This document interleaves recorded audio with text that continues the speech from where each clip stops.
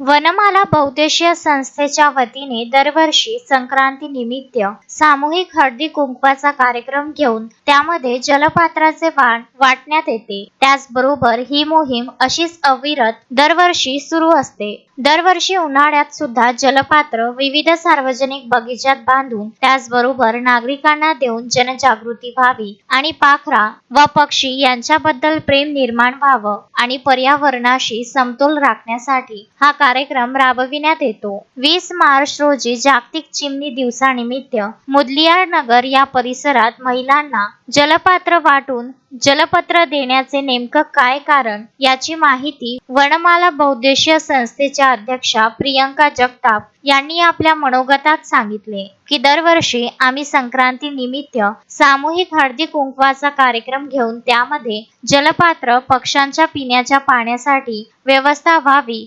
म्हणूनही वाण म्हणून वाटल्या जाते। त्याचबरोबर उन्हाळ्यात सुद्धा माणसाप्रमाणे पक्षी पाखरांना पाण्याची आवश्यकता असते, म्हणून या सर्व गोष्टीची जाणीव आम्ही दरवर्षी पाखरांसाठी व्यवस्था करतो। आपणही अशा प्रकारे आपल्या घरी हे जलपात्र ठेवावं आणि या संदर्भात या मोहिमेत आपण सहभागी झाल्याबद्दल जगताप यांनी उपस्थित महिलांचे आभार मानले। यावेळी उपस्थित शुभांगी नागरे, सुनीता उईके, भावना बिजवे, सविता शेंडे, मोनाली गुल्हाने, श्रद्धा नागरे, अस्मिता बाहे, राधिका रावते, जयश्री सारंगपुरे, विमल भिसे यासह आदी महिला उपस्थित होत्या।